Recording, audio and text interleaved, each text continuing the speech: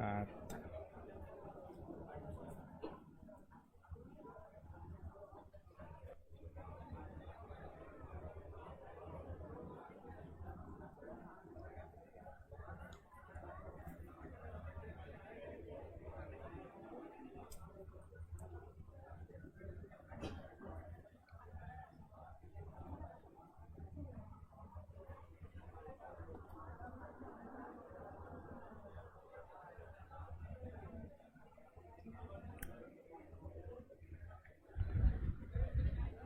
चलिए आ जाइए, क्या हालचाल है?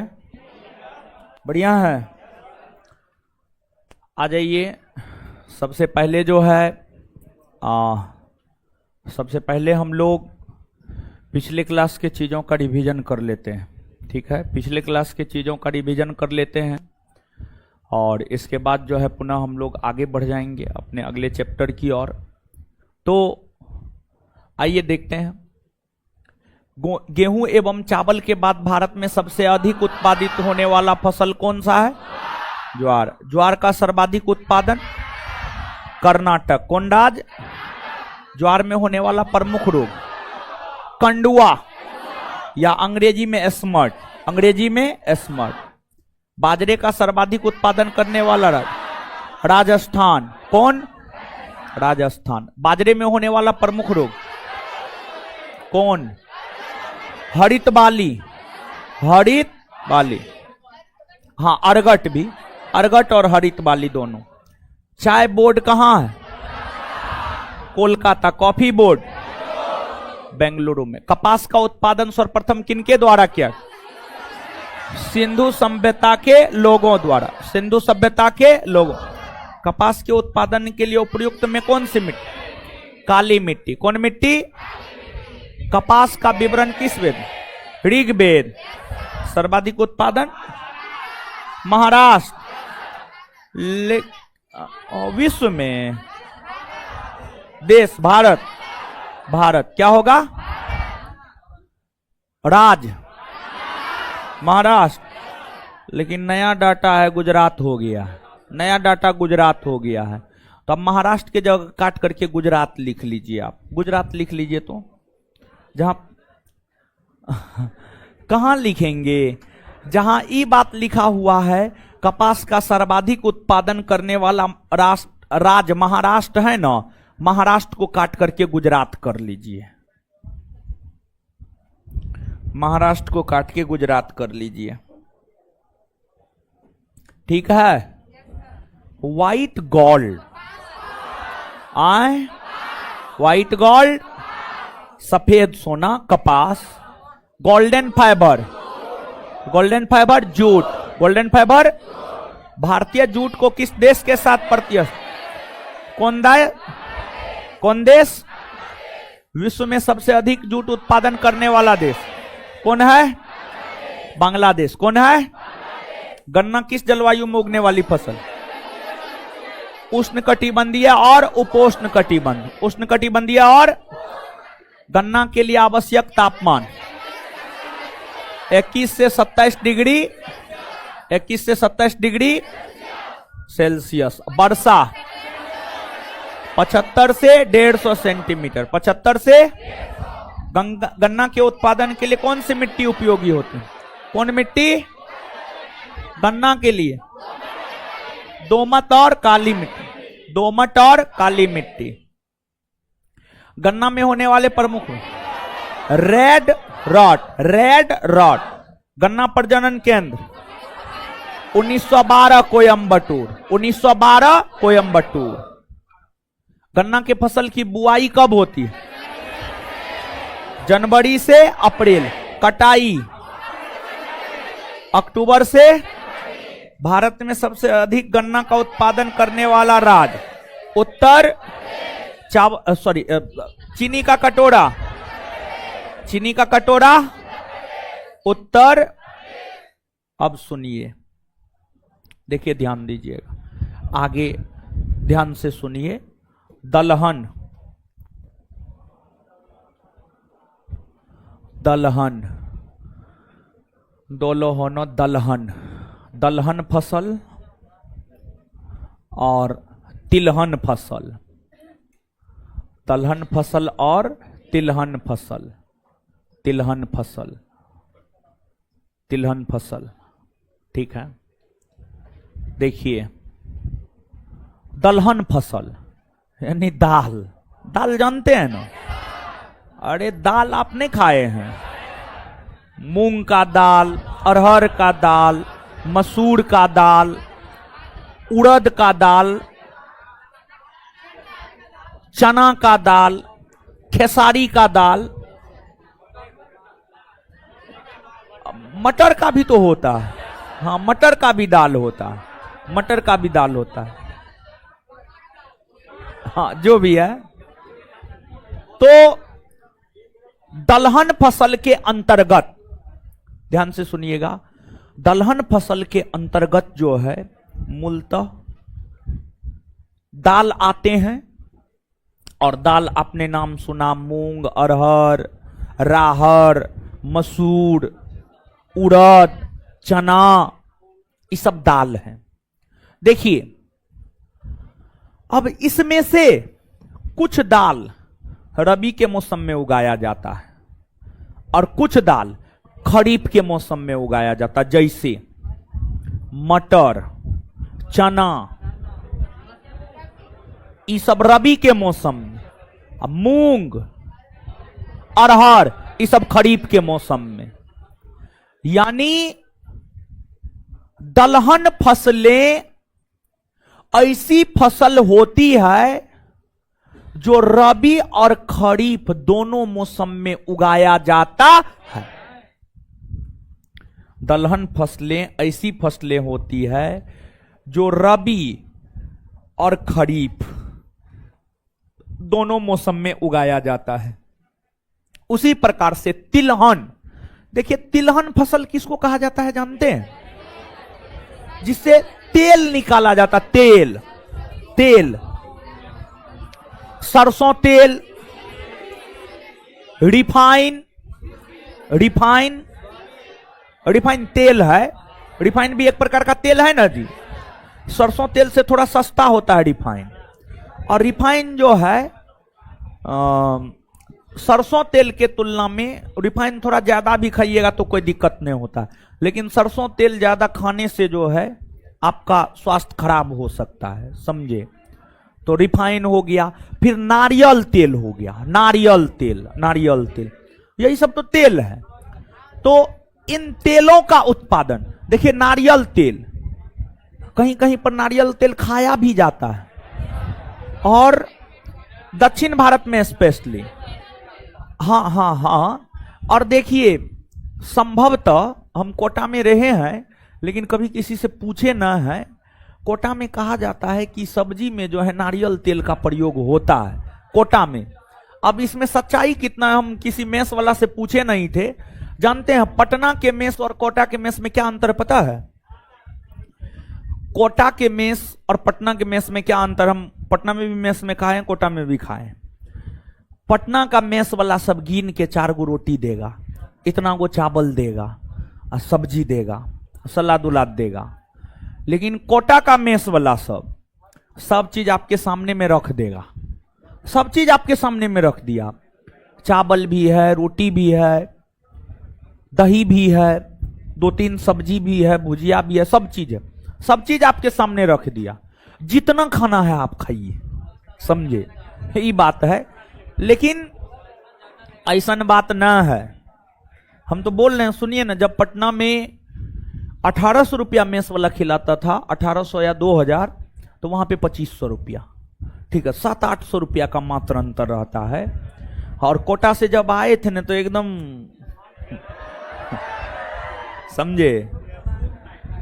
तो जो है देखिए होता क्या, मेंटेलिटी, माइंड का ये है। खाने के लिए आदमी जितना खाता है उतने खाएगा, लेकिन पटना में दिमाग में रहता है मेस वाला तो 4 गो रोटी देता, पेट भरता कहाँ है।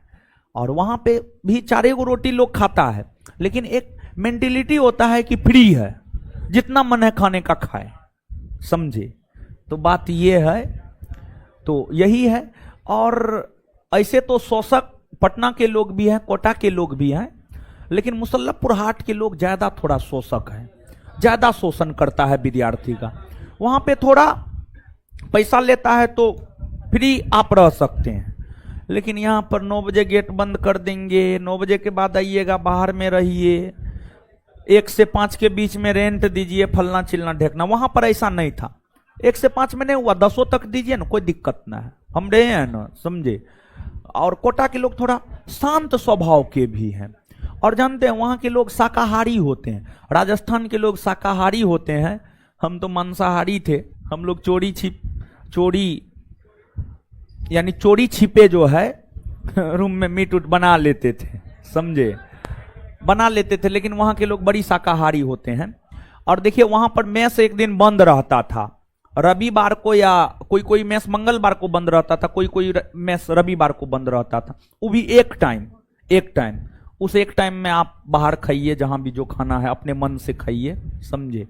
तो उस एक टाइम में जो है हम लोग जो भी थे मीट मछली का ही व्यवस्था करते थे। तो वहां पर मीट मछली आसपास में नहीं मिलता था, बड़ी दूर से लाना पड़ता था, समझे। अब पता नहीं अब क्या स्थिति, अब तो गए ना है बहुत दिन से। ये बात हम बता रहे हैं 2011-12 का बात बता रहे हैं, ठीक है। तो तिलहन फसल की अगर आप बात करेंगे, जिससे तेल निकाला जाता है, जिससे तेल निकाला जाता है, जैसे सरसों हो गया, सरसों के बाद मूंगफली हो गया, मूंगफली हो गया, मूंगफली के बाद जो है नारियल हो गया,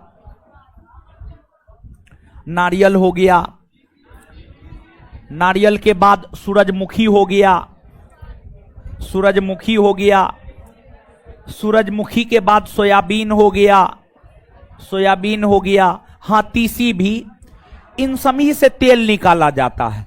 और जानते हैं जैसे दलहन फसल रबी और खरीफ दोनों मौसम में उगाया जाता है ना, जैसे दलहन फसल रबी और खरीफ दोनों मौसम में उगाया जाता है, उसी प्रकार से अगर आप देखेंगे तो जो तिलहन फसल है यह भी रबी और खरीफ दोनों मौसम में उगाया जाता है। यह भी रबी और खरीफ दोनों मौसम में उगाया जाता है, रबी और खरीफ दोनों मौसम में उगाया जाता है। यानी कहने का मतलब क्या हुआ, ध्यान से सुनिएगा। कहने का मतलब सीधा एक लाइन में यह हुआ कि दलहन फसल और तिलहन फसल ये ऐसे फसल है जो रबी और खरीफ दोनों मौसम में उगाए जाते हैं। अब देखिए, अगर आप पूरे विश्व की बात करेंगे, पूरे विश्व में सबसे ज्यादा दलहन फसल भारत उगाता है, और पूरे विश्व में सबसे ज्यादा तिलहन फसल भारत उगाता है। तो दलहन फसल के उत्पादन में भी पूरे विश्व में भारत का स्थान पहला है, और तिलहन फसल के उत्पादन में भी पूरे विश्व में भारत का स्थान पहला। और अगर आप भारतीय राज्यों में देखेंगे, भारतीय राज्यों में सभी दलहन फसल और सभी तिलहन फसल के संदर्भ में, सभी दलहन फसल, सब प्रकार का दलहन फसल को मिलाएंगे और सब प्रकार के तिलहन फसल को मिलाएंगे, भारतीय राज्यों में सभी दलहन फसलों का सबसे ज्यादा कुल उत्पादन करने वाला राज्य राजस्थान है। और तिलहन फसल में भी सभी तिलहन फसलों का को जोड़ करके सबसे ज्यादा तिलहन फसल उगाने वाला राज्य राजस्थान ही है, राजस्थान ही है।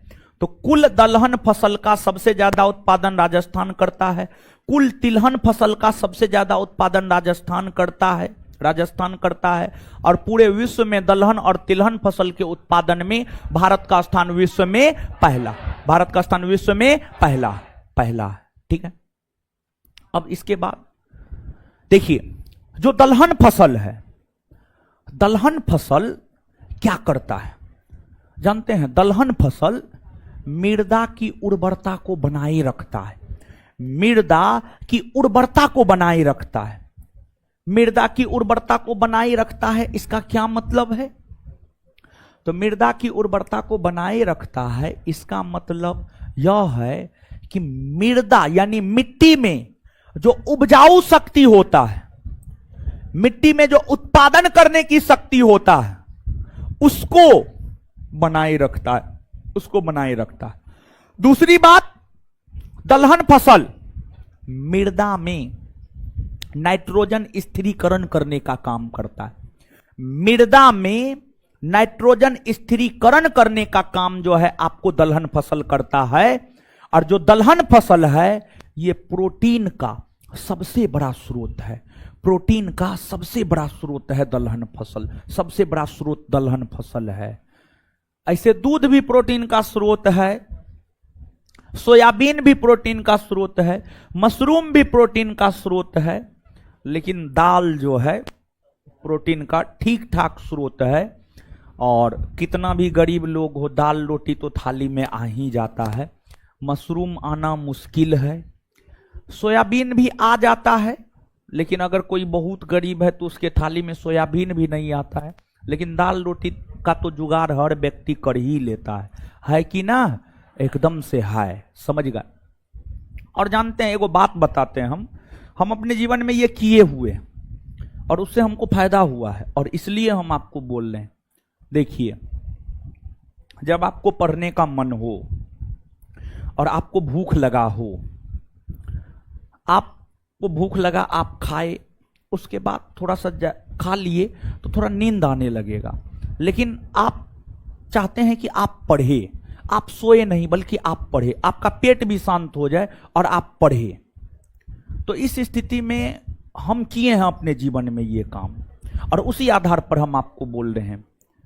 हो सकता है आपको ये चीज फायदा ना भी करे या फायदा करे भी। आप दाल बनाइए कुकर में, 3 4 5 6 जितना सीटी मरवाना है मरवाइए, और दाल का पानी पीजिए। स्पेशली जानते हैं, हम आपको बताते हैं, दोपहर में जो 12 से 2 के बीच टेस्ट होता है, अभी तो नहीं, अब तो दालो नसीब नहीं होने लगा है, समझे। लेकिन पहले की बात हम बता रहे हैं कि जब 12 से 2 टेस्ट में आते थे तो हम दाल पी करके आते थे, समझे। उसके बाद जाते थे खाना खाते थे। और हम 12 से 2 टेस्ट वाले बच्चा को भी बोलते हैं, आप दाल भात चोखा घुसेर के मत आइए ज्यादा, समझे, मतलब एकदम दबा के मत आइए, दाल पी के आइए। 1 गिलास दाल पी लीजिए, 2 गिलास दाल पी लीजिए। देखिए उसमें होगा क्या, आपको क्लासरूम में नींद नहीं आएगा, आप थोड़ा एक्टिव रहिएगा, क्लासरूम में नींद नहीं आएगा। अब चावल दाल चोखा दबा के आए हैं, नींद तो आना स्वाभाविक है, लेकिन दाल पी के आएंगे आपको नींद नहीं आएगा। फिर यहां से जाइए ना, आराम से 1 थाली के मतलब 4 थाली दबा के खा लीजिए और कम्बल तान के सो जाइए, कोई दिक्कत नहीं, लेकिन क्लास में नींद नहीं आना चाहिए। तो स्पेशली आप ऐसे करें या ना करें, लेकिन अगर आपका कोई क्लास दोपहर के टाइम में है और वो खाना खाने का टाइम है, तो उस टाइम में आप दाल पी करके जाएं, बाद में आए क्लास करके तब खाना खा ले। और गर टाइम खाना खाने से कुछ हो नहीं होता। हम तो आज तक जीवन में गर टाइम में खाना खाए हैं, बिना टाइम का खाना खाए, कभी 12 बजे रात को खाए, कभी 2 बजे रात को, कभी 9 बजे रात को, कभी 12 बजे दिन में खाए, कभी 4 बजे दिन में खाए। तो इस सबसे कुछ होता न है, समझे। यही होता है कि थोड़ा बहुत कभी कल तबीयत खराब हो जाएगा और थोड़ा पेट उठ फेंक देगा। असमय खाना खाने से पेट फेंकता है, पेट फेंकने का एक कारण असमय खाना खाना भी है। तो खैर उससे क्या फर्क पड़ता है, जब आप दूल्हा बनिएगा तो उस टाइम अपना सज समझ लीजिएगा, समझिए। हाँ, ऐसे तो कोई फर्क पड़ना है नहीं। तो अब लिखिए, दलहन फसल, दलहन फसल डैश देकर इसके अंतर्गत, दलहन फसल इसके अंतर्गत मूंग, इसके अंतर्गत मूंग, इसके अंतर्गत मूंग, मूंग, उड़द, उड़द, अरहर, अरहर, मटर, चना, मूंग, उड़द, अरहर, मटर, चना, मसूर, मसूर इत्यादि आता है। इत्यादि आता है, इत्यादि आता है, इत्यादि आता है, फुल स्टॉप। यह एक ऐसा फसल है, एक मिनट हो गया, फुल स्टॉप। नीचे से स्टार मार के अगला पॉइंट, नीचे से स्टार मार के अगला पॉइंट।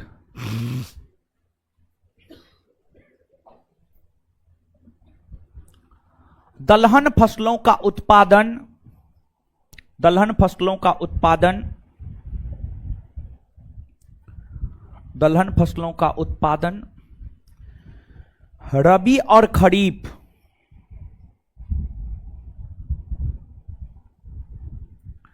रबी और खरीफ दोनों, दलहन फसलों का उत्पादन रबी और खरीफ दोनों मौसम में होता है, रबी और खरीफ दोनों मौसम में होता है, दोनों मौसम में होता है। भारत, नेक्स्ट पॉइंट, भारत दलहन फसलों का, भारत दलहन फसलों का, भारत दलहन फसलों का सबसे बड़ा उत्पादक,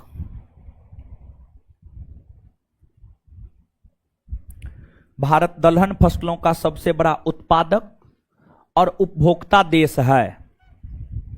भारत दलहन फसलों का सबसे बड़ा उत्पादक और उपभोक्ता देश है, मतलब सबसे ज्यादा उत्पादन भी करता है, सबसे ज्यादा भारत खाता भी है, भारत के लोग खाते भी हैं दाल, सबसे ज्यादा उत्पादन भी करता है भारत के लोग दाल का, और सबसे ज्यादा भारत के लोग दाल खाते भी हैं। इसका मतलब ये हुआ, उत्पादक मतलब उत्पादन करना, मतलब उपजाना, और उपभोक्ता मतलब खाना।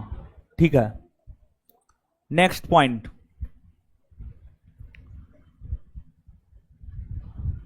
भारत में, भारत में कुल दालों का सर्वाधिक उत्पादन करने वाला राज्य, भारत में कुल दालों का, कुल दालों का सर्वाधिक उत्पादन करने वाला राज्य, भारत में कुल दालों का सर्वाधिक उत्पादन करने वाला राज्य, भारत में कुल दालों का सर्वाधिक उत्पादन करने वाला राज्य, उत्पादन करने वाला राज्य, राज्य राजस्थान है, राजस्थान है, राजस्थान है।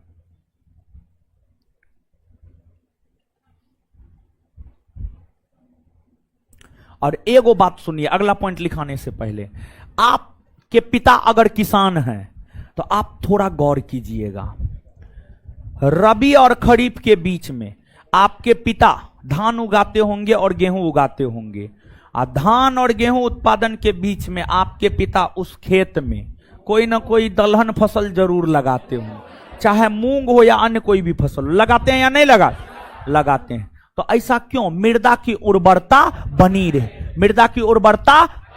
और जानते हैं ये चीज फसल चक्र को बेहतरीन बनाता है। ये जो रबी और खरीफ के बीच में किसी खेत में दाल लगा दिया जाता है तो ये बेहतरीन फसल चक्र माना जाता, बेहतर फसल चक्र माना जाता है। और इस फसल चक्र से खेत की उर्वरा शक्ति बनी रहती है, यानी खेत में उत्पादन करने की शक्ति बनी रहती है। तो नीचे से लिखिएगा, नीचे से लिखिएगा,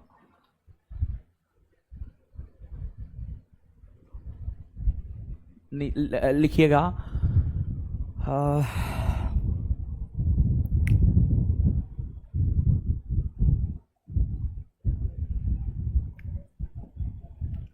दलहन फसलें, दलहन फसलें, दलहन फसलें,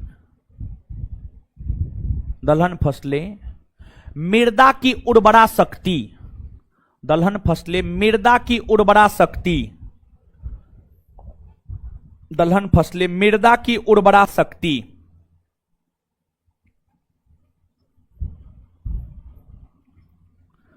दलहन फसलें मृदा की उर्वरा शक्ति को दलहन फसलें मृदा की उर्वरा शक्ति को, दलहन फसलें मृदा की उर्वरा शक्ति को, मृदा की उर्वरा शक्ति को बनाए रखती है,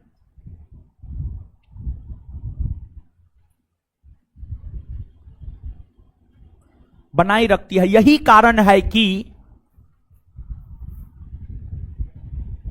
यही कारण है कि समय समय पर खेतों में, यही कारण है कि समय समय पर खेतों में, यही कारण है कि समय समय पर खेतों में दलहन फसलें लगाई जाती है।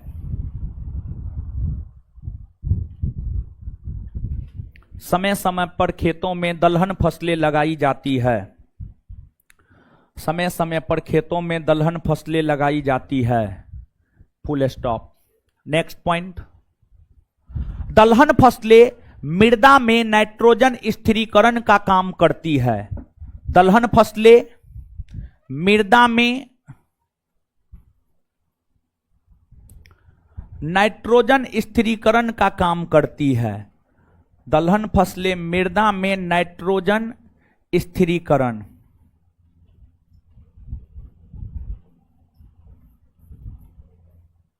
दलहन फसलें मृदा में नाइट्रोजन स्थिरीकरण का काम करती है। दलहन फसलें मृदा में नाइट्रोजन स्थिरीकरण का काम करती है। नेक्स्ट पॉइंट, दलहन फसलें प्रोटीन का एक प्रमुख स्रोत माना जाता है। नेक्स्ट पॉइंट, दलहन फसलें प्रोटीन का एक प्रमुख स्रोत माना जाता है।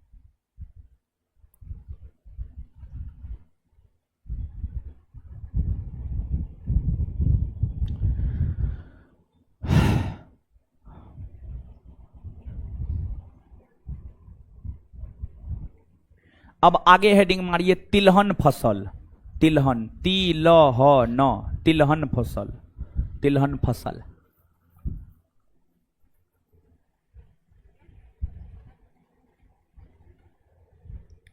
तिलहन फसल लिखिएगा। इसके अंतर्गत, इसके अंतर्गत, इसके अंतर्गत सरसों, मूंगफली, इसके अंतर्गत सरसों, मूंगफली, नारियल, सूरजमुखी, सोयाबीन,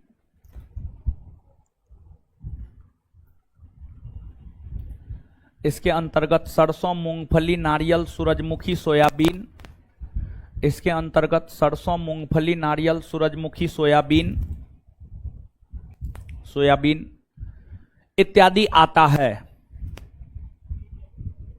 इत्यादि आता है।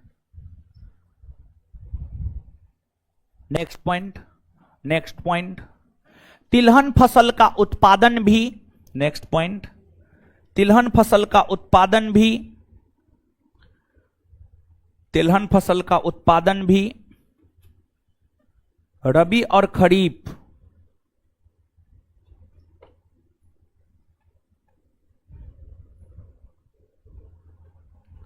तिलहन फसल का उत्पादन भी,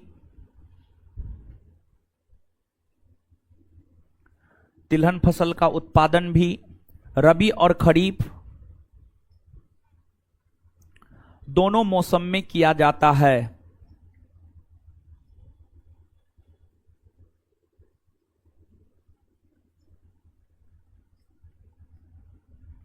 next point, next point, Bharat विश्व में सबसे बड़ा तिलहन उत्पादक देश है। नेक्स्ट पॉइंट, भारत विश्व में,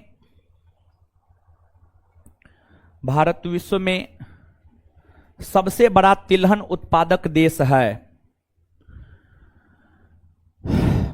भारत विश्व में सबसे बड़ा तिलहन उत्पादक देश है। भारत विश्व में सबसे बड़ा तिलहन उत्पादक देश है। भारत विश्व में सबसे बड़ा तिलहन उत्पादक देश है। नेक्स्ट पॉइंट, कुल तिलहन के उत्पादन में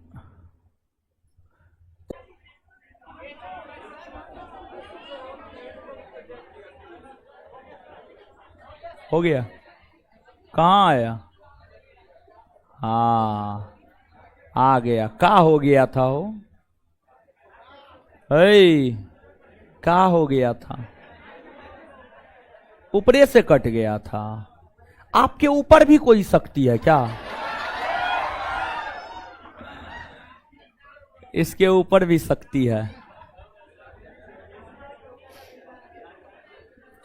चलिए, ऑनलाइन वाले लोग, हाँ इंटरनेट कट गया था, बफरिंग करने लगा था, हमको पता चल गया था, तो इसलिए हम नहीं लिखाए हैं।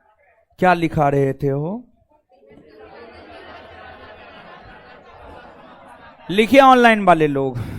कुल तिलहन के उत्पादन में राजस्थान राज्य का प्रथम स्थान आता है। कुल तिलहन के उत्पादन में राजस्थान राज्य का प्रथम स्थान आता है। देखिए नहीं न छूटा है, वो लोग का नहीं छूटा है, आए नहीं न किया है, तो देख लीजिए ऑनलाइन वाले लोग थोड़ा सा। अब नेक्स्ट पॉइंट लिखिएगा।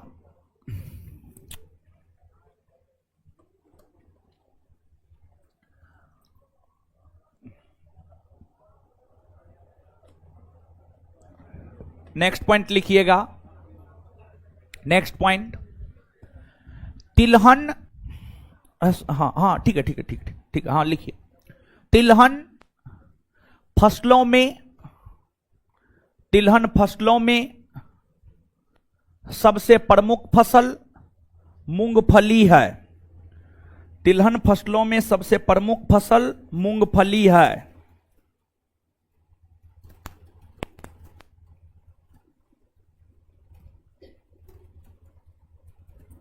मूंगफली है, मूंगफली है, मूंगफली है, मूंगफली है, मूंगफली। देखिए जो मूंगफली है ना जी, मूंगफली के उत्पादन के लिए कम वर्षा चाहिए, 30 से 60 सेंटीमीटर वर्षा चाहिए। 30 से 60, 30 सेंटीमीटर से 60 सेंटीमीटर वर्षा चाहिए। 15 से 25 डिग्री सेल्सियस तापमान चाहिए। और काली मिट्टी में मूंगफली का उत्पादन होता है। और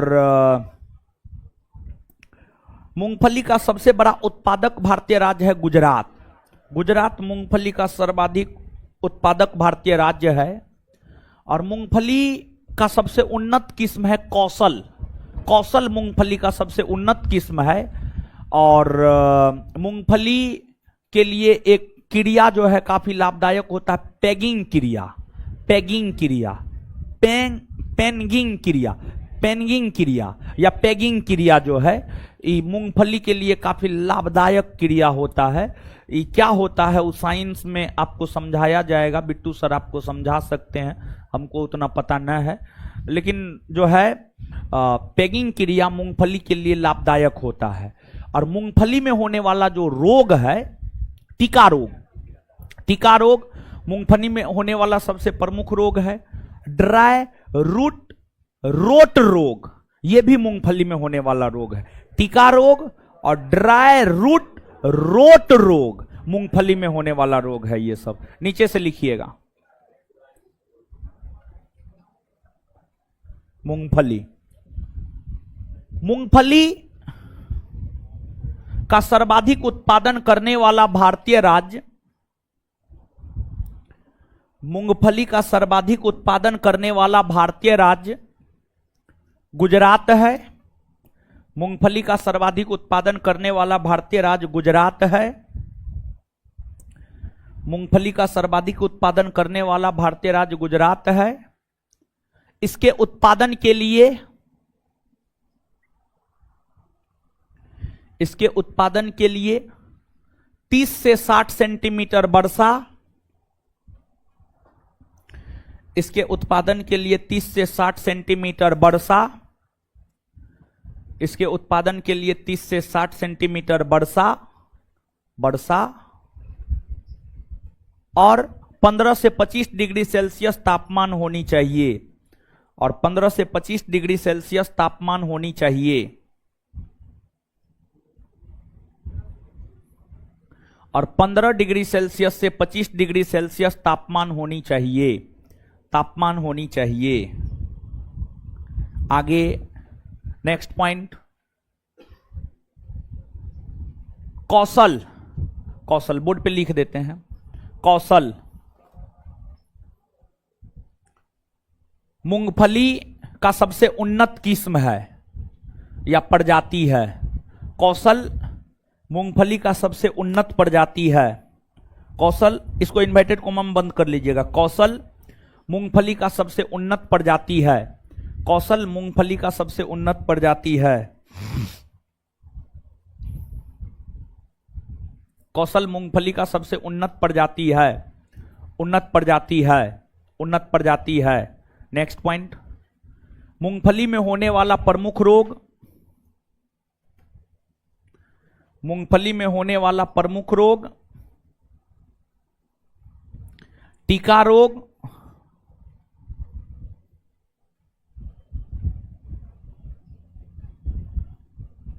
और ड्राई रूट रॉट, रॉट। मूंगफली में होने वाला प्रमुख रोग टीका रोग और ड्राई रूट रॉट रोग है, और ड्राई रूट रॉट रोग है, और ड्राई रूट रॉट रोग है।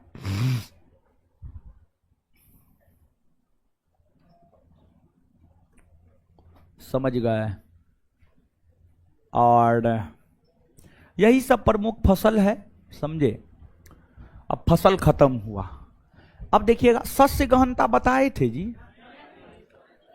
देख लीजिए एक बार, देखिए ना कॉपी में, अरे देखिए ना, सस्य गहनता बताए हैं, हाँ या ना? हाँ, नहीं, ठीक है। तो अब समझिए, अब कुछ चीज को समझना है।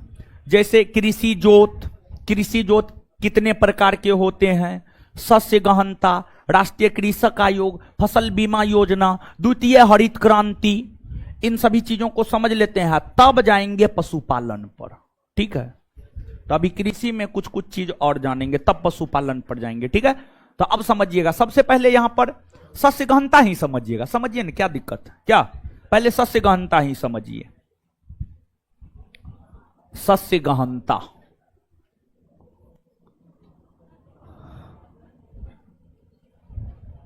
सस्य गहनता, पेज नहीं पलटना है, समझिए अब। सस्य गहनता,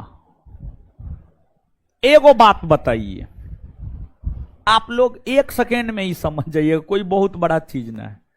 एक बात बताइए, अगर आपके पिताजी के पास बहुत अधिक भूमि है, तो आपके पिताजी एक वर्ष में एक खेत में एक गो फसल लगाते होंगे, आप ऐसा देखते होंगे। और अगर आपके पिताजी के पास कम भूमि है, तो एक वर्ष में हो सकता है 2 गो फसल लगाते हो। और अगर मान लिया जब बहुत कम भूमि है, तो आप देखते होंगे एक के खेत में 3 गो फसल उगा लेते हैं। ऐसा होता है कि नहीं होता? आप देखेंगे किसी खेत में एक वर्ष में 1 गो फसल उगाया जाता है, किसी खेत में देखेंगे एक वर्ष में 2 गो फसल उगा लिया जाता है, किसी खेत में आप देखेंगे एक वर्ष में 3 गो फसल उगा लिया जाता है। ऐसा होता है या नहीं होता? बोलिए ना, होता है ना? तो अगर आप इस बात को समझ रहे हैं, तो आप सस्य गहनता समझ गए। अब किताबी भाषा में इसका परिभाषा सुनिए। किसी एक वर्ष में, या थोड़ा सा और बेहतर परिभाषा देना है तो किसी एक फसल वर्ष में, किसी एक फसल वर्ष में एक खेत में जितनी फसल का उत्पादन होता है, वह उस खेत का सस्य गहनता कहलाता है। अगर एक फसल वर्ष में एक खेत में 2 फसल का उत्पादन हुआ तो उस खेत की शस्य गहनता 2। अगर 3 फसल का उत्पादन हुआ तो उस खेत की शस्य गहनता 3। अगर 4 फसल का उत्पादन हुआ तो उस खेत की शस्य गहनता 4। और अगर 5 फसल का उत्पादन हुआ तो उस खेत की शस्य गहनता 5। जिस खेत की शस्य गहनता जितनी अधिक होती है उसका उत्पादन क्षमता उतना अधिक होता है। एक खेत में 5 गो फसल उगा रहे हैं, 5 बार फसल उगा रहे हैं तो स्वाभाविक सी बात है ज्यादा उत्पादन होगा। हाँ या ना? हाँ, हाँ, एकदम से हाँ। तो जिस खेत की शस्य गहनता, जिस खेत की शस्य गहनता जितनी अधिक, उस खेत की उत्पादन क्षमता उतनी अधिक। तथा अगर बात पूरे भारतवर्ष की करें तो पूरे भारतवर्ष में सबसे अधिक शस्य गहनता वाला राज्य पंजाब है। पंजाब सबसे अधिक शस्य गहनता वाला राज्य पंजाब है। दूसरा स्थान हरियाणा और तीसरा स्थान पश्चिम बंगाल। पश्चिम बंगाल। पंजाब और हरियाणा के क्षेत्र में एक ही खेत में एक ही वर्ष में लगभग 3 से 4 फसल उगा लिया जाता। 3 से 4 फसल उगा लिया जाता है। पश्चिम बंगाल के क्षेत्र में 3 फसल, बिहार में मुख्यतः 2 फसल, ऐसे 3 भी उगाया जाता है। 2 से 3, बिहार में 2 से 3, समझ गए? तो ये बात है। तो शस्य गहनता में जानते हैं 2 गो बात याद रखिएगा कि शस्य गहनता क्या है और भारत में सबसे अधिक किस राज्य की शस्य गहनता है। बस यही 2 बात याद रखना है और कुछ भी याद रखने की जरूरत नहीं। अब नीचे से लिखिए, नीचे से लिखिए शस्य गहनता। शस्य गहनता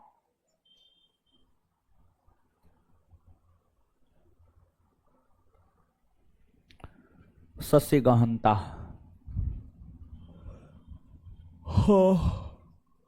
शस्य गहनता लिखिए। किसी एक फसल वर्ष में किसी एक फसल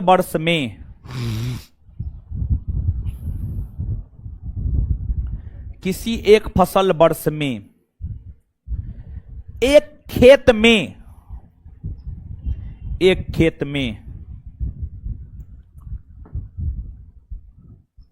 जितनी फसल उगाई जाती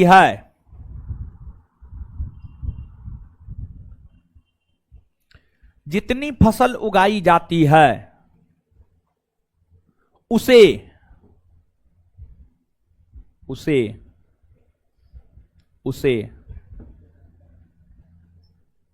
उस खेत की शस्य गहनता कही जाती है।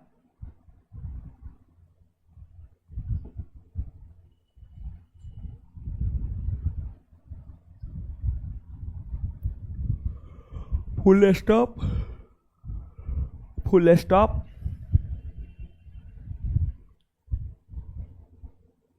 नेक्स्ट पॉइंट, भारत में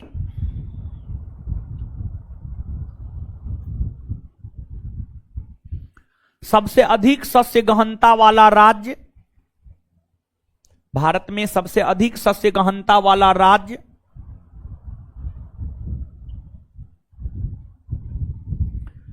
भारत में सबसे अधिक शस्य गहनता वाला राज्य पंजाब है।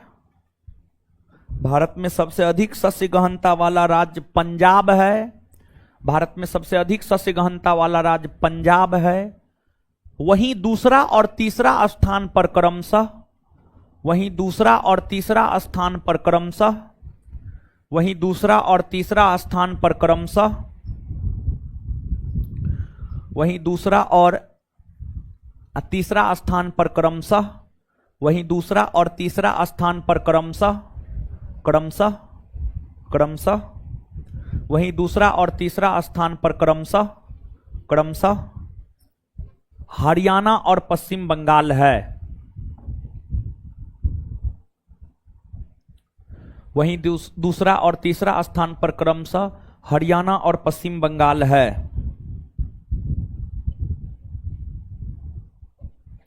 हरियाणा और पश्चिम बंगाल है। Full stop. ठीक है, फुल स्टॉप।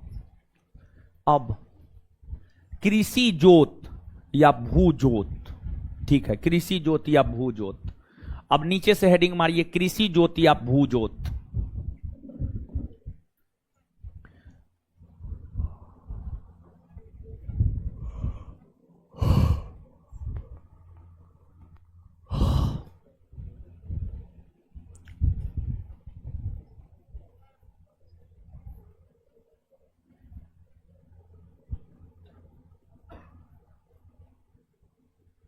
चलिए अब समझिए।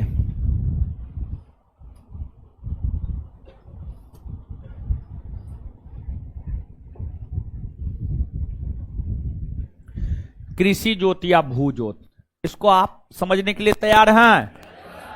सुनिए, अब एगो बात बताइए, आप अपने गांव समाज में चले जाइए और थोड़ा अपने नजर को दौड़ाइए। दौड़ा रहे हैं?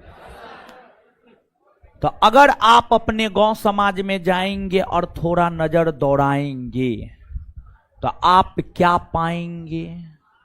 आप यह पाएंगे कि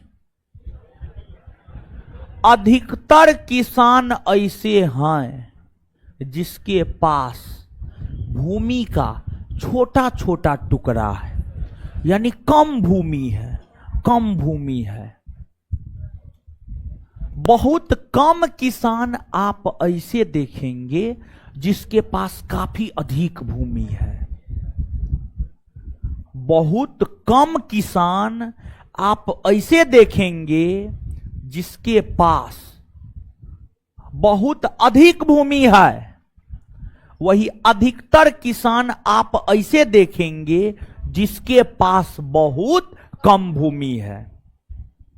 तो अब कुछ किसान 1 हेक्टेयर से, कुछ किसान के पास 1 हेक्टेयर से कम भूमि होता है, किसी के पास 1 हेक्टेयर और 2 हेक्टेयर के बीच में भूमि होता है, किसी के पास 2 हेक्टेयर से 4 हेक्टेयर के बीच में भूमि होता है, किसी के पास 4 हेक्टेयर से 10 हेक्टेयर के बीच में भूमि होता है, किसी के पास 10 हेक्टेयर से अधिक भूमि होता है। समझ रहे हैं? तो ये जो किसानों के पास भूमि है, 1 हेक्टेयर से कम भूमि, 1 हेक्टेयर से 2 हेक्टेयर, 2 हेक्टेयर से 4 हेक्टेयर, 4 हेक्टेयर से 10 हेक्टेयर और 10 हेक्टेयर से अधिक, 10 हेक्टेयर से अधिक। इस आधार पर ही कृषि जोत या भू जोत को कुछ पुस्तक के अनुसार 4 भागों में और कुछ पुस्तक के अनुसार 5 भागों में बांटा गया है।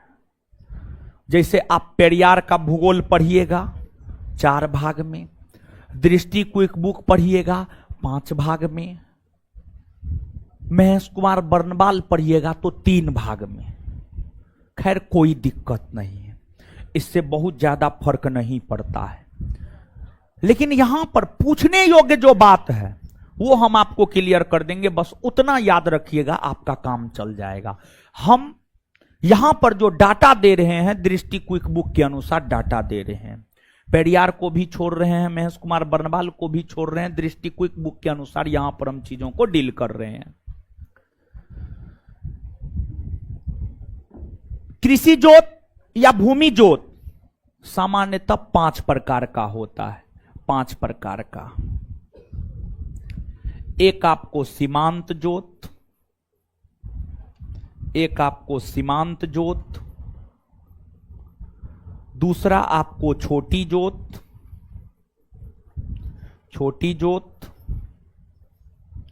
तीसरा आपको अर्ध मध्यम जोत, अर्ध मध्यम जोत, मध्यम जोत, चौथा आपको मध्यम जोत, मध्यम जोत, और पांचवा आपको बड़ी जोत। पांचवा आपको बड़ी जोत। पांचवा आपको क्या? बड़ी जोत। बड़ी जोत। देखिए, जब किसान 1 हेक्टेयर, जब किसानों के पास 1 हेक्टेयर से कम भूमि होता है और उसको जोत करके अपना खाता है, तो उसी को सीमांत जोत कहा जाता है। और भारत में सबसे ज्यादा सीमांत जोत प्रकार के किसान ही देखने को मिलते हैं। 50% से अधिक किसान, 59% के आसपास, यानी 60% के आसपास, 100 में से 60 को किसान ऐसा है जिसके पास 1 हेक्टेयर से कम भूमि है। 1 हेक्टेयर से कम भूमि है। तो सीमांत जोत किसे कहा जाता है? 1 हेक्टेयर से, अब 1 हेक्टेयर में कितना क्या होता है वो अपना जान लीजिएगा आप। हाँ, हमको नहीं पता है उतना, ठीक है, आप अपना देख लीजिएगा। अब सब चीज मैथो हम ही बताएंगे ना, 1 हेक्टेयर में क्या होता है नहीं होता है, हमको नहीं पता है। मैथ जाकर के पढ़िए। आज से मैथ का बैच आया है ना जी? आज से मैथ का बैच आया। क्या बजे से आया जी नया बैच मैथ का? 3:30 बजे से। हाँ, 3 से 5, 3:30 ना, 3:30 होगा। आज से मैथ का नया बैच आया है 3:30 से 5। जाइए पढ़िए। आप ही के बैच में ना सर दिखाए थे 200 में 200 मार्क आया है, ठीक है। हम स्वयं परीक्षा पास किए हुए मास्टर हैं, तो हम एरा गैरा मास्टर को थोड़े रखेंगे। हम उनके बैच का भी अनाउंसमेंट नहीं करते, फिर भी उनका बैच बनता है। जानते हैं, हम उनको छोड़ दिए हैं स्ट्रगल करने के लिए। देखिए, बैसाखी पर, देखिए वो मेरा कोई नहीं है, ठीक है, लेकिन फिर भी वो हमसे जुड़ा है, तो हम ये चाहते हैं कि वो बैसाखी पर मास्टर नहीं बने। और यही कारण है कि हम उनके बैच का अनाउंसमेंट नहीं करते हैं। इससे उनको बुरा भी लगता है कि सर हमको जोड़ लिए हैं लेकिन बैच में बैच का अनाउंसमेंट नहीं करते हैं। तो हम चाहते हैं कि वो बैसाखी पर मास्टर नहीं बने। वो मास्टर बने, भले वो हमसे नफरत करे, लेकिन इन फ्यूचर वो वैसा मास्टर बने कि हाँ, उनको भी लगे कि हाँ हम हैं, समझे। तो इसलिए हम उनके बैच सब का अनाउंसमेंट नहीं करते हैं, समझे। सिर्फ आप ही का एक बैच है जिसमें आकर के उनको एक बार इंट्रोड्यूस किए। उसके अलावा पता कर लीजिएगा, किसी बैच में कभी इंट्रोड्यूस नहीं किए। इसमें तो बहुत सारे ऐसे लड़का हैं जो 2-2 गो बैच में करते हैं, 3-3 गो बैच में करते हैं। आइए, हम सबको पहचानते हैं। आपको क्या लगता है, आपका चेहरा हमको नहीं याद है?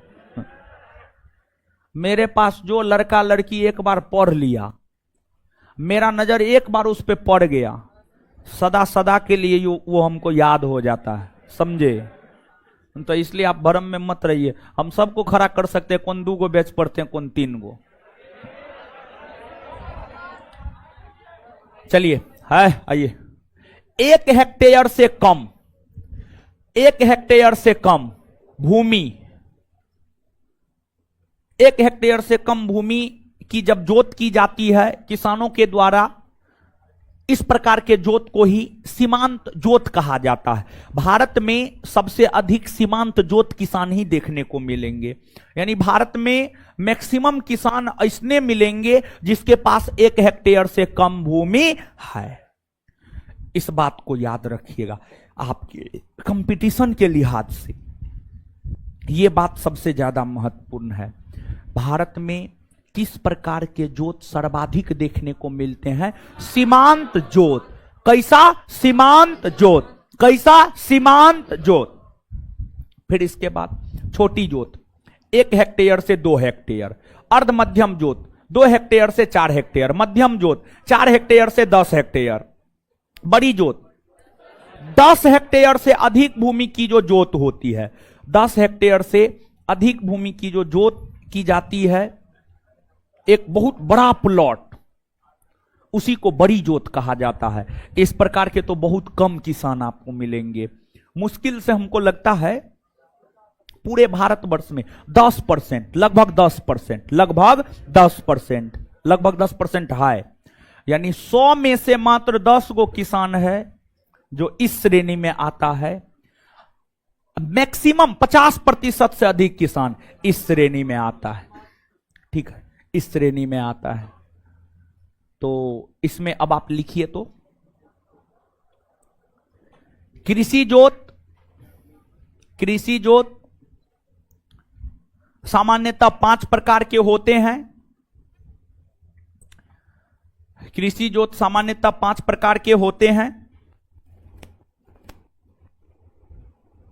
1 नंबर में सीमांत जोत,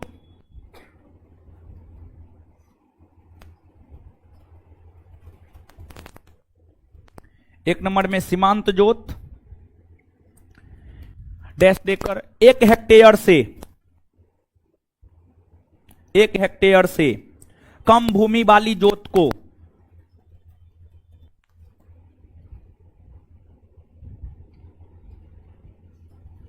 एक हेक्टेयर से कम भूमि वाली जोत को सीमांत जोत कहते हैं।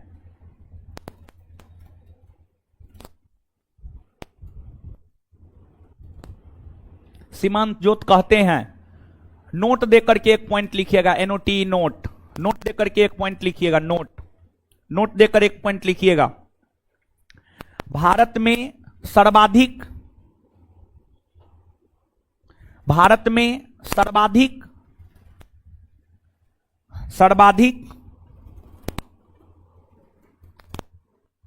सीमांत जोत किसानों की है। भारत में सर्वाधिक सीमांत जोत किसानों की है।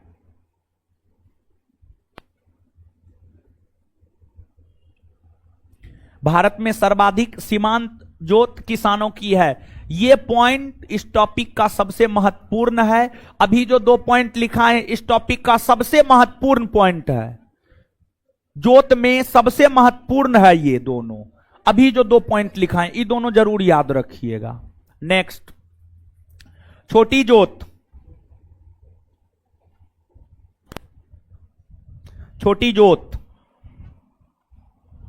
डैश देकर, छोटी जोत डैश देकर 1 हेक्टेयर से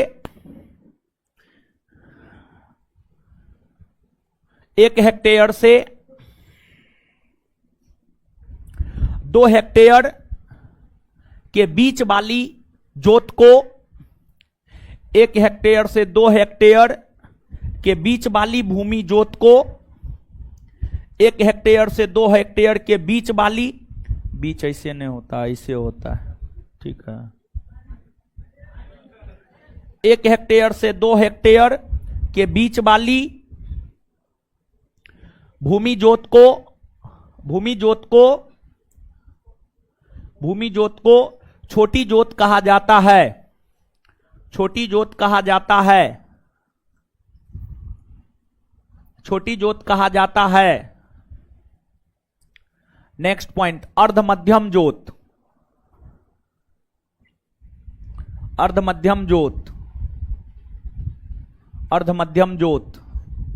2 हेक्टेयर से 4 हेक्टेयर, 2 हेक्टेयर से 4 हेक्टेयर, 2 हेक्टेयर से 4 हेक्टेयर के बीच वाली भूमि जोत को, 2 हेक्टेयर से 4 हेक्टेयर के बीच वाली भूमि जोत को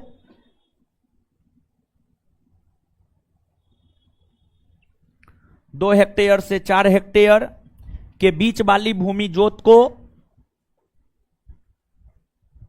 अर्ध मध्यम जोत कहा जाता है। अर्ध मध्यम जोत कहा जाता है।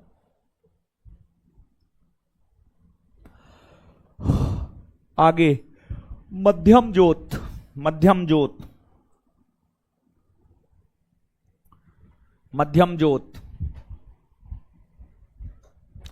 डैश देकर 4 हेक्टेयर से 10 हेक्टेयर, 4 हेक्टेयर से 10 हेक्टेयर,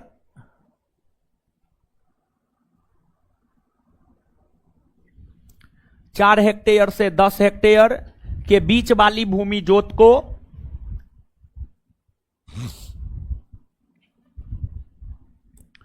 4 हेक्टेयर से 10 हेक्टेयर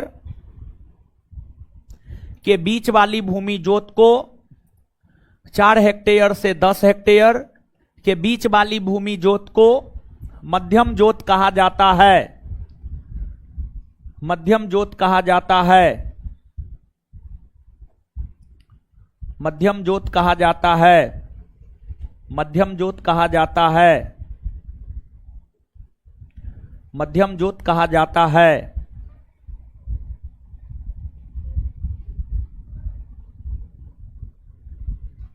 मध्यम ज्योत कहा जाता है। Full stop. नेक्स्ट, बड़ी ज्योत।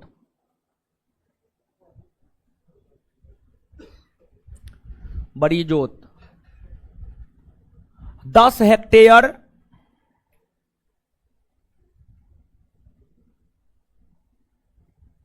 10 हेक्टेयर से अधिक, 10 हेक्टेयर से अधिक भूमि जोत को, 10 हेक्टेयर से अधिक भूमि जोत को बड़ी जोत कहा जाता है।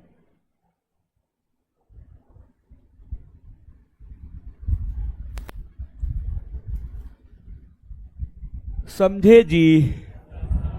जितना पॉइंट लिखा है ना उसमें पहला और दूसरा पॉइंट महत्वपूर्ण है और लास्ट पॉइंट महत्वपूर्ण है। पहला, दूसरा और लास्ट, बाद बाकी कुछ नहीं। पहला, दूसरा और लास्ट, पहला, दूसरा पॉइंट और लास्ट, यही पॉइंट महत्वपूर्ण है, बाद बाकी कुछ भी महत्वपूर्ण इसमें नहीं है। बात समझ में आया? चलिए, तो यहां तक समझ गए हैं, तो यहां तक समझ गए तो याद कर ले। बोलिए नो। आइए 1 मिनट में तुरंत याद हो जाएगा, फिर आगे बताएंगे। ठीक है, आइए। कौन कौन ऐसा फसल है जो रबी और खरीफ दोनों मौसम में बोया जाता? दलहन और, कौन कौन ऐसा फसल है जो रबी और खरीफ दोनों मौसम में बोया जाता? अच्छा, दलहन फसल कौन कौन है हो? तिलहन फसल,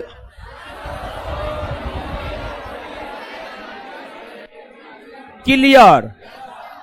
आगे बताइएगा। प्रोटीन का एक प्रमुख स्रोत, प्रोटीन का एक प्रमुख स्रोत कौन ऐसी फसल है जो मृदा की उर्वरा शक्ति को बनाए रख? कौन ऐसी फसल है जो मृदा की उर्वरा शक्ति को बनाए रखती है? कौन ऐसी फसल है जो मृदा में नाइट्रोजन स्थिरीकरण का काम करती है? मृदा में नाइट्रोजन स्थिरीकरण का काम करती है, मृदा में नाइट्रोजन स्थिरीकरण का काम करती है। विश्व में सबसे बड़ा दलहन उत्पादक और उपभोक्ता देश भारत है ना? विश्व में सबसे बड़ा दलहन उत्पादक और उपभोक्ता देश कौन है? भारत है। इसके बाद आगे बताइएगा। तिलहन फसलों में सबसे प्रमुख फसल, सबसे प्रमुख फसल, तिलहन फसलों में सबसे प्रमुख फसल मूंगफली। ठीक है, अब एक बात बताए, टीका रोग किसमें होता है? टीका रोग किसमें होता है? टीका रोग किसमें होता है? मूंगफली में होता है। इसके बाद जो है ड्राई रूट रोग किसमें होता है? किसमें होता है?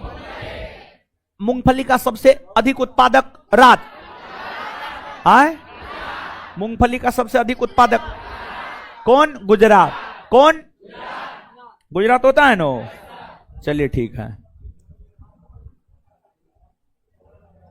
इसके बाद आगे बता, कौशल किसका किस्म है? कौशल किसका किस्म है? किसी एक फसल वर्ष में, एक खेत में जितना फसल उगाया जाता है उसे उस खेत का क्या कहा जाता? क्या कहा जाता है? किसी एक खेत में, एक फसल वर्ष में जितना फसल उगाया जाता है उसे क्या कहा? उसे उस खेत का क्या कहा जाता है? सस्य गहनता। भारत में सर्वाधिक सस्य गहनता वाला राज्य, सर्वाधिक सस्य गहनता वाला पंजाब ना, दूसरा स्थान हरियाणा, दूसरा स्थान, तीसरा सर्वाधिक सस्य गहनता कौन राज्य का? उसके बाद का हो दुल्हा बाबू, काहे न बोल रहे हैं? आपके लिए स्पेशल कुछ करना होगा तब आप बोलिएगा। थक गए हैं? शादी हो गया? हो गया? शादी हो गया बेचारा के, बेचारे के पास एनर्जी नहीं बचा। चलिए, हे भगवान। कृषि जोत कितना प्रकार? कृषि जोत कौन कौन? 1 हेक्टेयर से कम भूमि की जोत, 1 हेक्टेयर से कम भूमि की जोत, 1 से 2 हेक्टेयर के बीच, 2 से 4, 4 से 10, 10 हेक्टेयर से अधिक, 10 हेक्टेयर से अधिक। भारत में सबसे ज्यादा कौन प्रकार का किसान? सीमांत जोत ना। भारत में सबसे ज्यादा कौन प्रकार का किसान? सीमांत जोत किसे कहा जाता है? अब बड़ी जोत। क्लियर? इतना बात क्लियर ना? इससे आगे बढ़े ना? चलिए अब समझिएगा, अब समझिए। क्या समझिए? हाँ, एगो राष्ट्रीय कृषक आयोग का गठन हुआ है। राष्ट्रीय कृषक आयोग का गठन हुआ है। तो आपसे पूछा जाता है राष्ट्रीय कृषक आयोग का गठन कब हुआ, किसकी अध्यक्षता में हुआ? तो राष्ट्रीय कृषक आयोग का गठन 2004 में हुआ और 2004 में एमएस स्वामीनाथन की अध्यक्षता में हुआ। वही एमएस स्वामीनाथन जो भारत में हरित क्रांति का जनक माना जाता है, जो भारत में हरित क्रांति का जनक। इस पॉइंट को नोट देकर के लिखिएगा, लिखिएगा।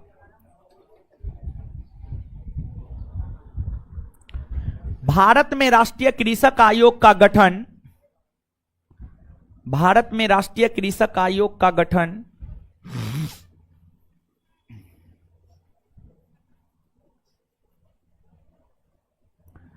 भारत में राष्ट्रीय कृषक आयोग का गठन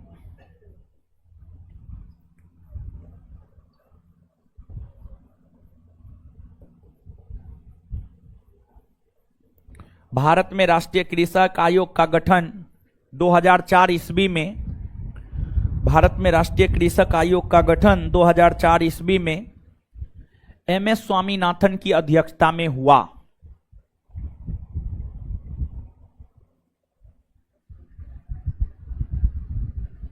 भारत में राष्ट्रीय कृषक आयोग का गठन 2004 ईस्वी में एमएस स्वामीनाथन की अध्यक्षता में हुआ।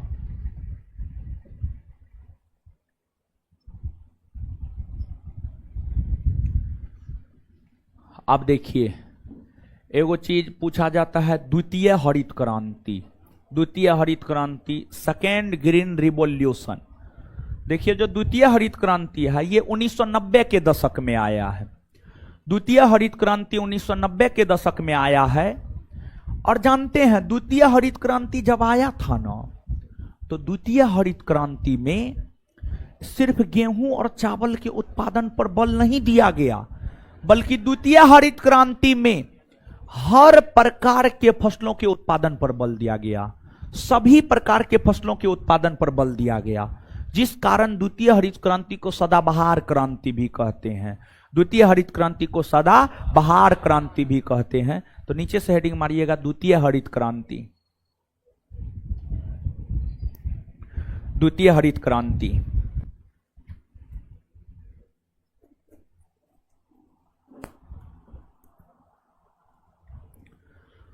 उन्नीस सौ नब्बे के दशक में 1990 के दशक में 1990 के दशक में द्वितीय हरित क्रांति आई है। 1990 के दशक में द्वितीय हरित क्रांति आई है। 1990 के दशक में द्वितीय हरित क्रांति आई है। इस क्रांति के जरिए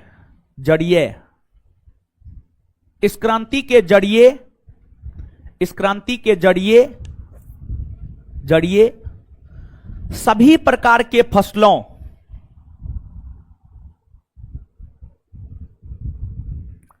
इस क्रांति के जरिए सभी प्रकार के फसलों के उत्पादन में वृद्धि हो, सभी प्रकार के फसलों के उत्पादन में वृद्धि हो पर बल दिया गया, पर बल दिया गया, पर पर बल दिया गया, पर बल दिया गया। इसलिए इस क्रांति को सदाबहार क्रांति भी कहा जाता है, इसलिए इस क्रांति को सदाबहार क्रांति भी कहा जाता है।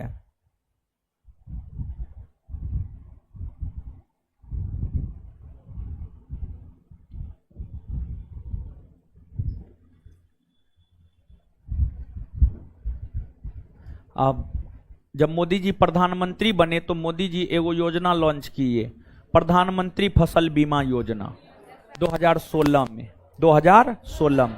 नीचे से एक लाइन लिखिएगा, केंद्र सरकार के द्वारा 2016 ईस्वी में, केंद्र सरकार के द्वारा 2016 ईस्वी में, केंद्र सरकार के द्वारा 2016 ईस्वी में प्रधानमंत्री फसल बीमा योजना शुरू किया गया, प्रधानमंत्री फसल बीमा योजना शुरू किया गया, प्रधानमंत्री फसल बीमा योजना शुरू किया गया।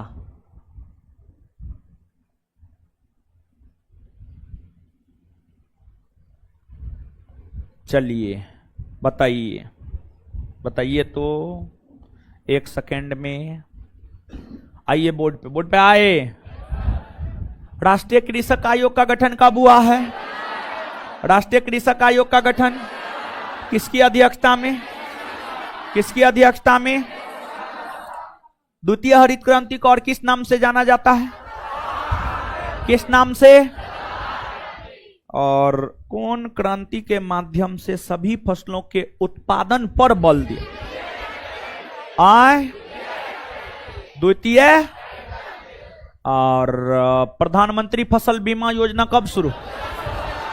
प्रधानमंत्री फसल बीमा योजना 2000। क्लियर। इससे आगे मिलते हैं हम लोग अगले क्लास। धन्यवाद सभी लोगों का।